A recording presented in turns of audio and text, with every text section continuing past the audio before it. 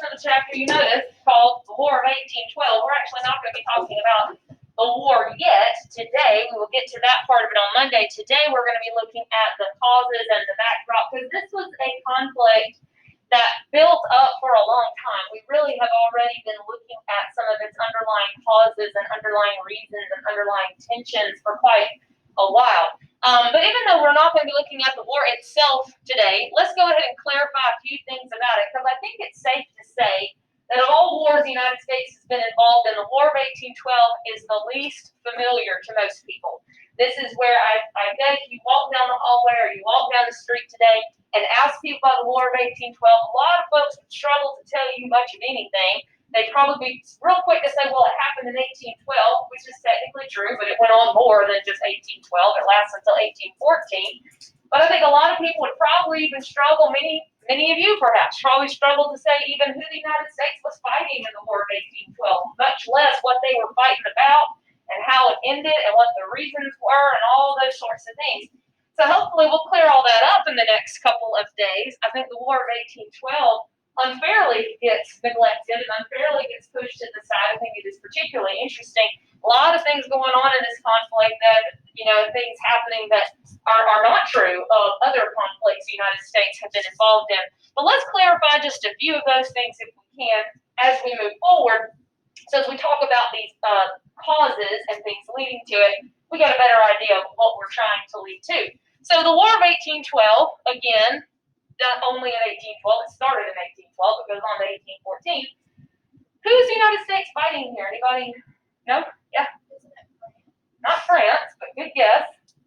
Britain. It's going to be United States and Britain again. Okay, so pretty easy. Kind of almost like a rehash of the American Revolution in that sense. In fact, some historians even refer to it sometimes as the Second War of Independence, or kind of putting the punctuation mark on the Revolutionary War. I think all that, is debatable either way, if you want to call it that or not. So this is once again going to be a war between the United States and Britain. Now, what have we already talked about in the past couple of days that we know was an ongoing problem with the United States and Britain that might cause them to fight? Yeah, a lot of it boils down to this constant problem, which we're about to see again, of the United States is trying to be neutral or is saying that it is neutral in European conflicts, and Britain or France or both, and then finally it erupts into a war with Britain, not respecting that and seizing American ships and interfering with American trade and that sort of thing. And that's going to become one of the couple of causes of the War of 1812. So we're going to look today again at these overall causes and how Jefferson attempted to deal with them, but how that ultimately did not work very well. And so by the time Madison becomes president, the fourth president, the problem has only escalated and eventually results in the United States declaring war on Britain.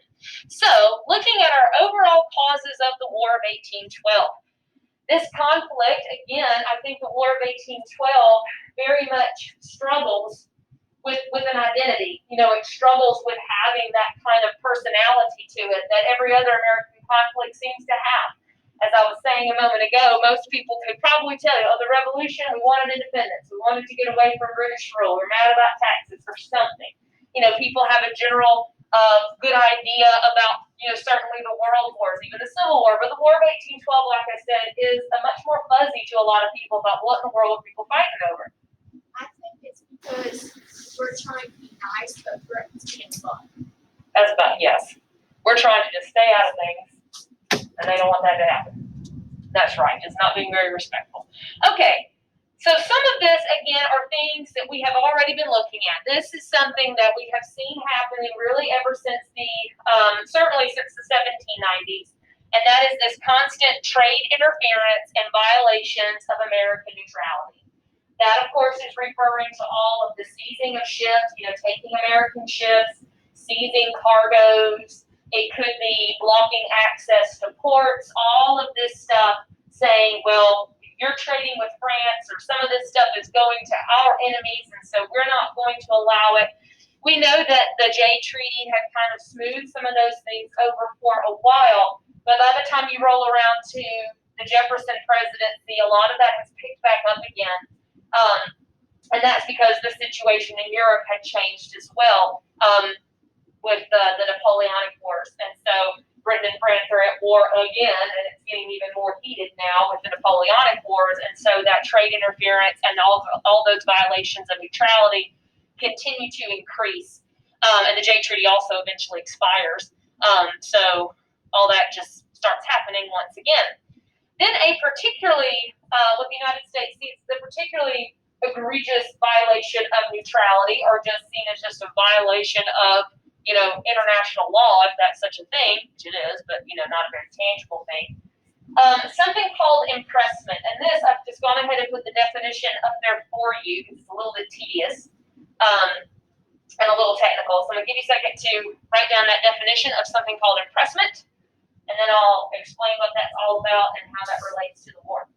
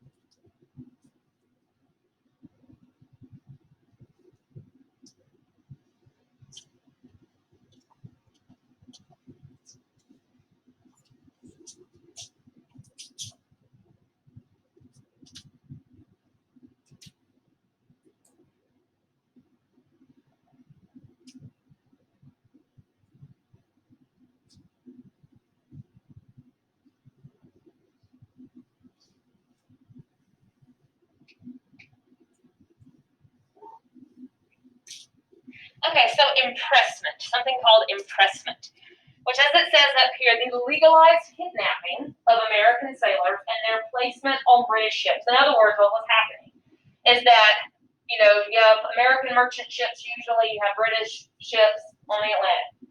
British ship would stop an American ship. They would claim, the reason why we say legalized, is they would claim to be looking for deserters. Okay, deserters from the British Navy. Who would deserters be? Yes. People that just run away. People that just kind of run away, that just leave without permission. And they claim to be looking for British deserters. They're looking for British sailors that have left their service, unauthorized from the British Navy and have signed on board American ships.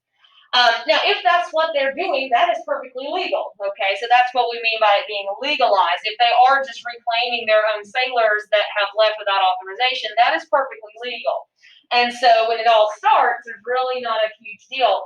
But what starts to happen is that Britain starts to impress, meaning to, force into service, sailors that were not British deserters, people that were Americans.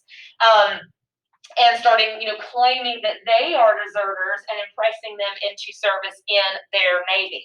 Now, this is happening so much because there was a big problem of desertion within the British Navy. The conditions in the British Navy were particularly bad at the time, and so it wasn't uncommon for, whenever they were in port, now obviously they don't jump off the boat and go swimming across the ocean to go find an American ship, but what happened when they were in port and things like that. But it wasn't uncommon for British sailors to, sign on board an American ship to get away from those conditions in the British Navy. And remember, as far as for Britain, this is all in the midst of the Napoleonic Wars. They are fighting Napoleon, it's kind of life or death for them. And so they could not afford to continue losing so many of the sailors in their Navy to desertion. And then once the Napoleonic Wars continue, they need more people in their Navy. And so they start really turning to impressment as a form of recruiting, as opposed to just actually getting back people that were legitimately their sailors. So they are knowingly and willingly, taking people that were... At this time, we need 10th and 11th grade students with OPQ. Please report to the gym for pictures. Again, 10th and 11th grade students with OPQ. Please report to the gym for pictures. All right, those P's and Q's. Anyway, so they know that they're doing this. They're willingly doing this. So, like I said, it's becoming more of a recruitment tactic for the British rather than actually getting back legalized people or people that were legally theirs. And Britain, they kind of actually justify this with an odd argument that made sense to them. They kind of have this underlying understanding. What they say is, once an Englishman, always an Englishman.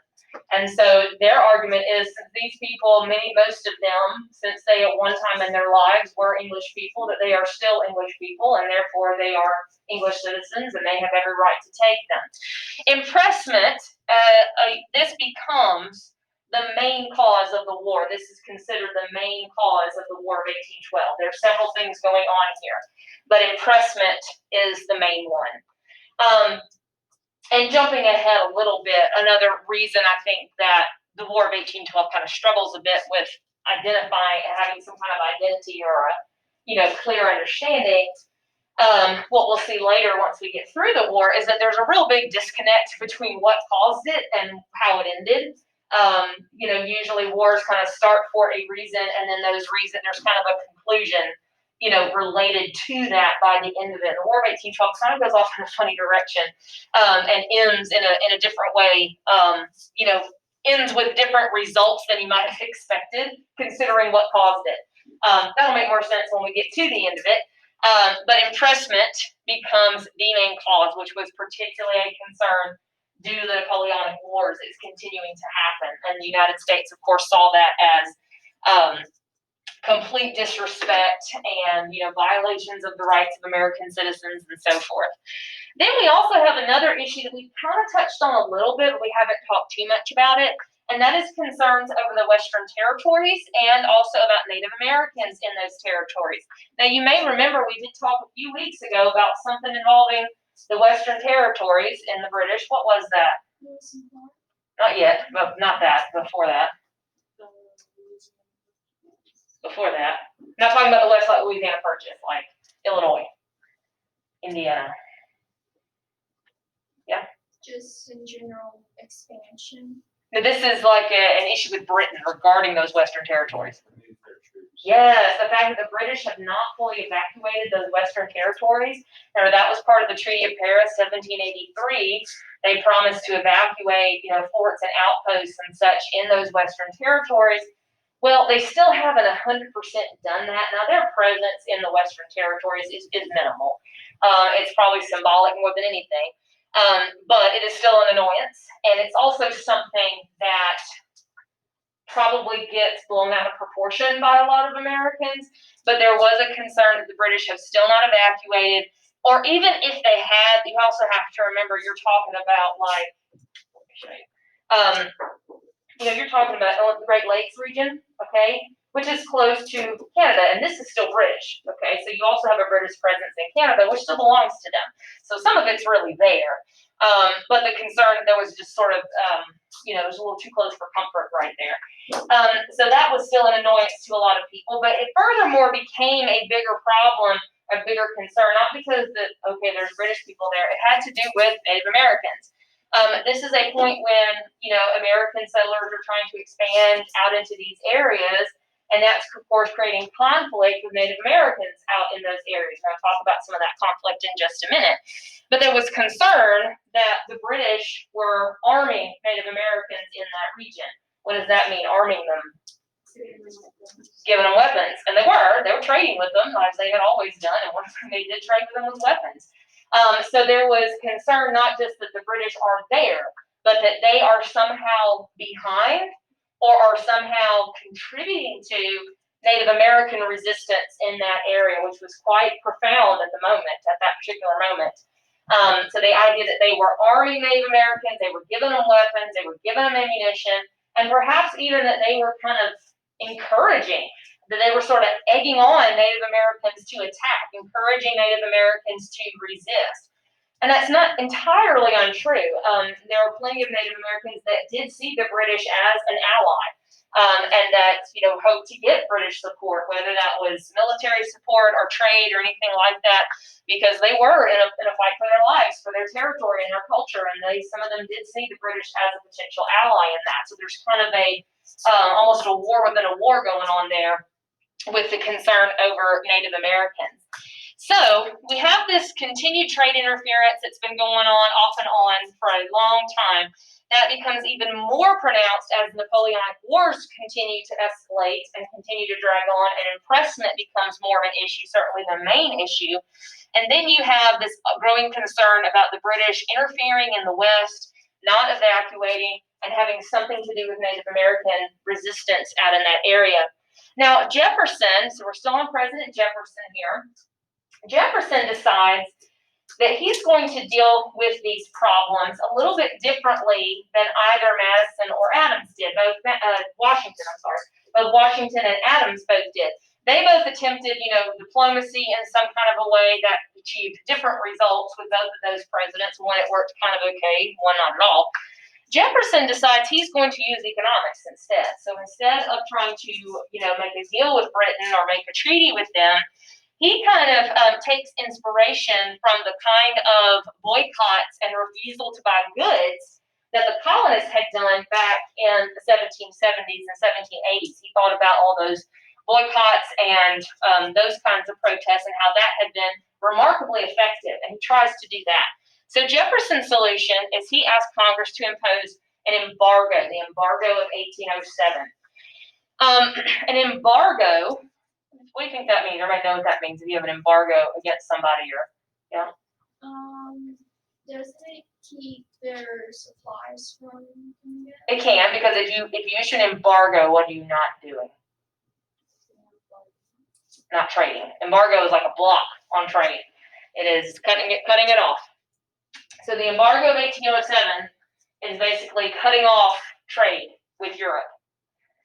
So saying, we're not going to trade with you, seeing as how you're not respecting neutrality rights, you're oppressing our sailors, so we're not going to trade with you at all. What do you think Jefferson's thinking was here? What did he think was going to happen? If they can't get the sailors from the merchant ships, then they might stop. Well, and if they can't get what else? What they stop? If they can't trade with America, then they can't profit off of them, so they better do it for them.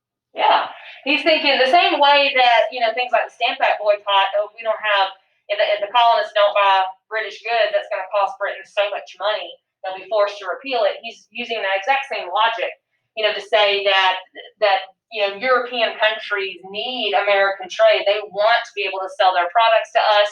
They rely on us as an important part of their economy. So if we cut that off, they will lose so much money, and it's going to just throw their economy into turmoil, and they will be forced to recognize American neutrality and stop doing all of these things that they are doing. Well, Jefferson turns out to be quite wrong about that. He very much miscalculates, and the whole thing was actually rather misguided. The embargo of 1807 completely backfires.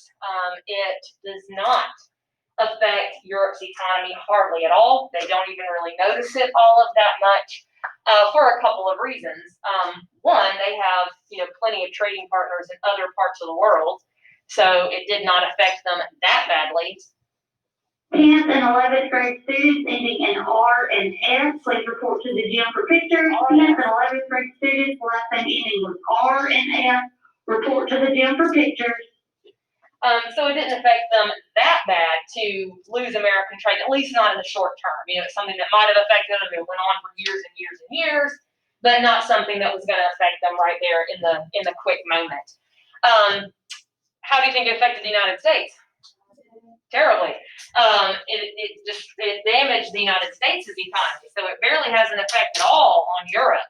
But the United States is hurting almost immediately because of it. You have to remember, this is still a point when industrialization is still kind of new anyway, but the United States was not industrialized hardly at all.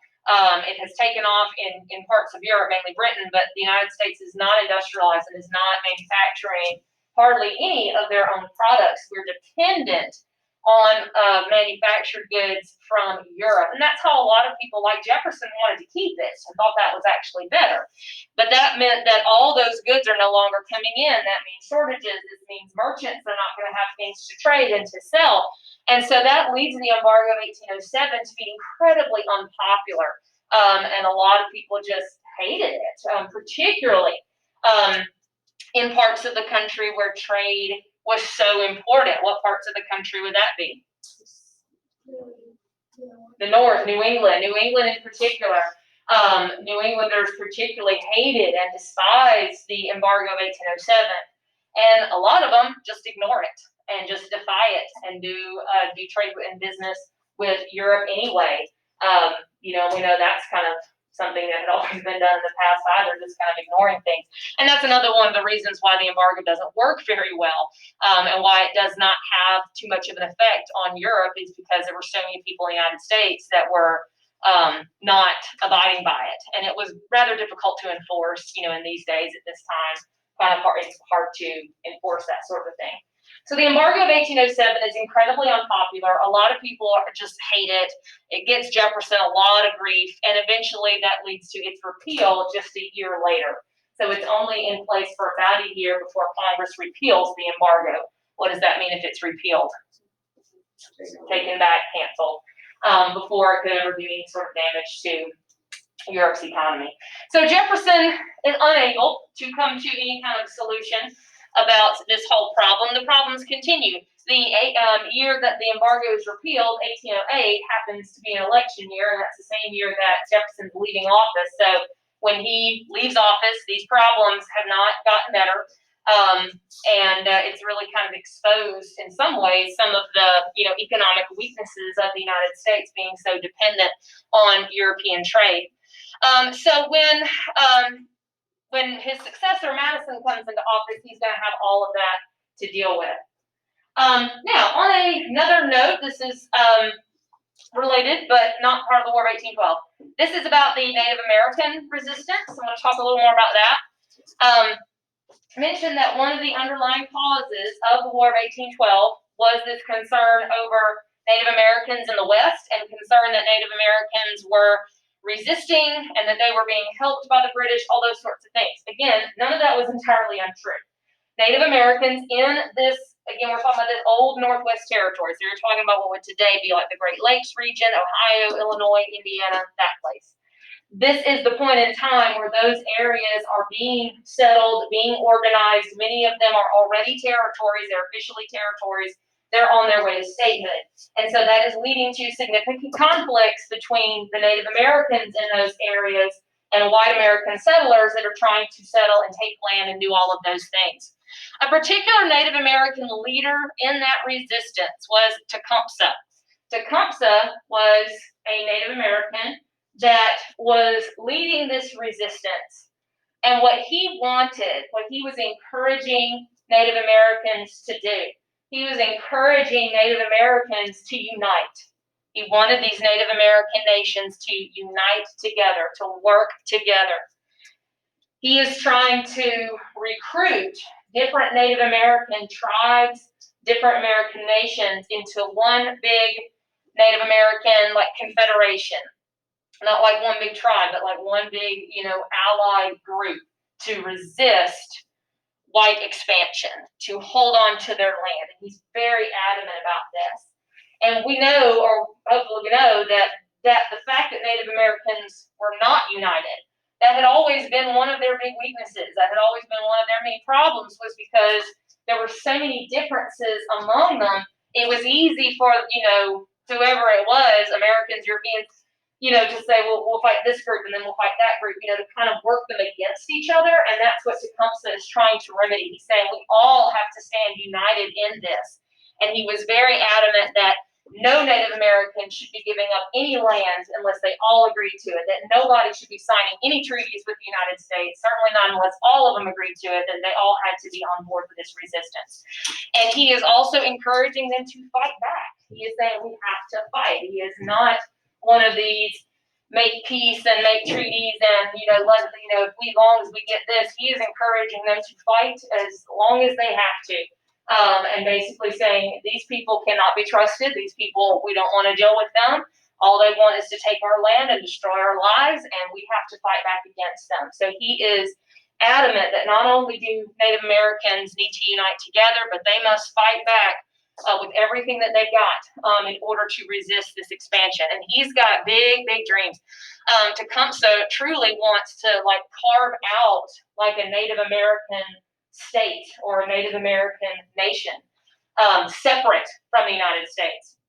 And he did see the British as a potential ally in that. If he could get British support, whether that's weapons or get Britain to recognize that confederacy and recognize that kind of carved out state, then that would be very helpful to their cause. And he is, trying to unite Native Americans all over. So this is the kind of resistance that settlers in this area were fighting, was, this sort of very united, this united Indian front.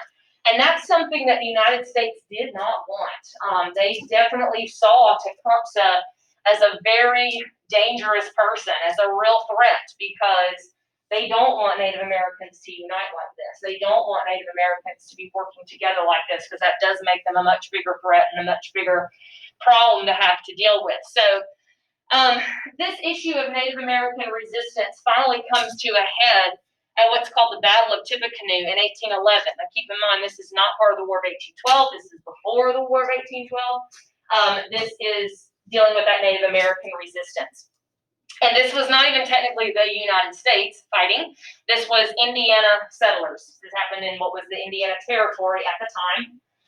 And the settlers of Indiana, kind of having had enough of Native American resistance, wanting to crush that Native American resistance and to crush Tecumseh's dream of getting Native Americans to unite together to resist white expansion, decide to attack near Tippecanoe, which was the location. And I'm not going to go into the specifics about the battle and how many people and all those sorts of things, just the result. It is very ugly. It is very bloody. Huge casualties on both sides. However, the Indiana settlers prevail and destroy and defeat Tecumseh's Confederacy at Tippecanoe. So although Tecumseh had put up a very big fight, a very difficult one, that Confederation is defeated at Tippecanoe, and it is never able to regain its strength. It's never able to, Native Americans in that region are never able to recover from that defeat at Tippecanoe. So this kind of represents the end of Native American resistance, at least in that area, at least in the Northwest. And it certainly means for Tecumseh's vision, Tecumseh's idea of a united Native American front, of like a Native American state, of a Native American confederation, that is pretty much over after their defeat at Tippecanoe. He's not going to be able to do that. Tecumseh himself was not even at Tippecanoe. That's one of the reasons that the Indiana settlers chose to attack at that moment. Tecumseh was actually, when this happens, was not too far from here. He was in around what would today be Tallahassee, up the road a little bit, trying to recruit Alabama Creeks into his confederation when the attack took place. But after Tippecanoe, before I get to that, let me say one more thing. Again, that dream of United Native American nation is kind of defeated. However, it is so brutal and it is so ugly, and of course it's a big news story for the American public when they read about this in papers and hear about it. It makes heroes out of some people and so forth. But another thing that it does is it kind of adds fuel to that argument, or it adds suspicion to that whole thing that Native Americans are somehow being helped by Britain. That whole thing we were talking about a moment ago as one of the background causes to the war, that people suspected that Britain was somehow involved in all of this, that Britain was encouraging people like Tecumseh, that they were encouraging these Native Americans to attack. That is heightened, probably disproportionately so, but that is very much heightened and exaggerated as a result of Tippecanoe. So people are kind of on edge about it, and are certainly more, Britain had something to do with this when they read about it. You'll notice that this happens just a year before the War of 1812 does in fact break out. So it also contributes to that belief that Native Americans and the issue of Britain being in the West and all that sort of stuff. Okay, so all of this is happening while our fourth president isn't in office. After Jefferson, we see the election of James Madison. We've seen James Madison many times by now. Father of the Constitution. He was the first Speaker of the House. He was the Secretary of State under Jefferson. Republican, one of the writers of the Virginia and Kentucky resolutions, Bill of Rights. all those kinds of things, quite the illustrious political career, and here he is as the 4th president. And so he is going to inherit those same problems, Britain and France and all that kind of business. Madison tries to avoid war for a while. In fact, he spends his whole first term trying to do different things to avoid a fight, though I'm not going into, but some, trying to play one against the other, trying to say, okay, well, if you'll stop, then we'll stop trading with them, all that sort of thing. But none of it ever works. It might work temporarily, but it never works in the long term. So Madison's got this continued problem. And furthermore, by the time Madison takes office, he is now also receiving a lot of pressure from a group of people that become called the War Hawks.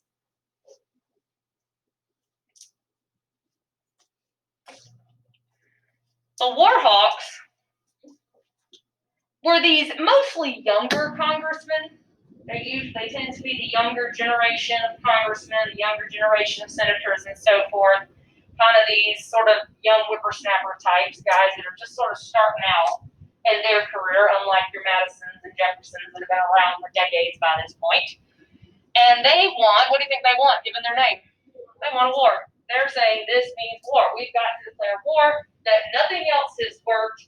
And they also just have, you can think of their youth and their sort of vitality, just sort of saying this is about respect. And they're tired of having neutrality disrespected. They feel like Britain does not consider them truly a real nation. And this is about standing up for ourselves. And they're ready to fight over it. And so they are, really pushing, and for a large part are responsible for kind of pushing the United States into this conflict by saying we got to fight over it. So Madison's experiencing a lot of pressure from them. Now, not only do the War Hawks want to end impressment, and not only do they want to do all those things that we talked about, but another thing the War Hawks want out of all this is territory. They want land. They want territory. They want more territory. And the War Hawks believe that a war will provide that opportunity. If we go to war, not only will we show how powerful we are, and we'll tell Britain what they ought to respect us, and we'll show them what's what, but that'll also give us the chance to take over more territory, add more land. Specifically, they're hoping that a war will mean they can get Canada. They can take over Canada, which was British. And also, teachers at this time, please send sophomores and juniors whose last names begin with the letters T, U, and V to the gym for pictures. Sophomores and juniors whose last names begin with the letters T, U, and V need to report to the gym for pictures. So Canada and also possibly Spanish Florida. Some of them are hoping this will be the opportunity to gain Spanish Florida. Therefore, your War Hawks tend to be overwhelmingly from the South and from the West.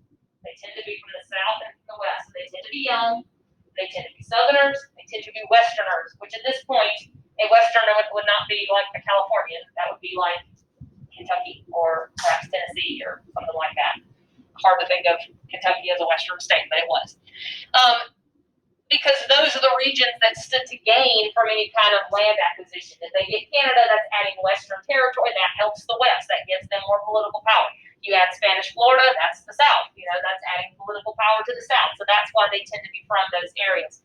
And overwhelmingly, support for the War of 1812 on the whole comes from the South and the West. Meaning, which area is not going to support the War of 1812? New England, the northeastern states. We'll talk more about that later. These two guys are just some of the prominent War Hawks. They're probably two of the most well-known War Hawks, some of the most vocal of the War Hawks. Henry Clay from Kentucky, that's a western state at the time. We're going to be seeing lots of him over the next several weeks. And John C. Calhoun of South Carolina. So they're kind of some of the leading voices in this War Hawk bunch. Again, we're going to be seeing lots of these guys because this is kind of their moment to sort of make a name for themselves the first time. They're just kind of starting out their political careers. The War of 1812 kind of happens at sort of a crossroads, where Jefferson and Madison and that kind of Revolutionary War generation is retiring, dying. They're kind of moving on. This kind of younger crowd is sort of taking the reins, and this is sort of the moment where that happens. So some of these guys are going to become later your secretaries of state and your vice presidents and all those kind of things, sort of future leaders sort of making a name for themselves. So Madison has tried to deal with it other ways, but certainly by 1812, he's also got the pressure from these war hawks and nothing else has worked. So on Monday, we will look at what happens when the United States decides to declare war on Britain and see how that goes. Terribly wrong at first, but eventually able to pull things out in the end. All right, so any questions so far on all of that?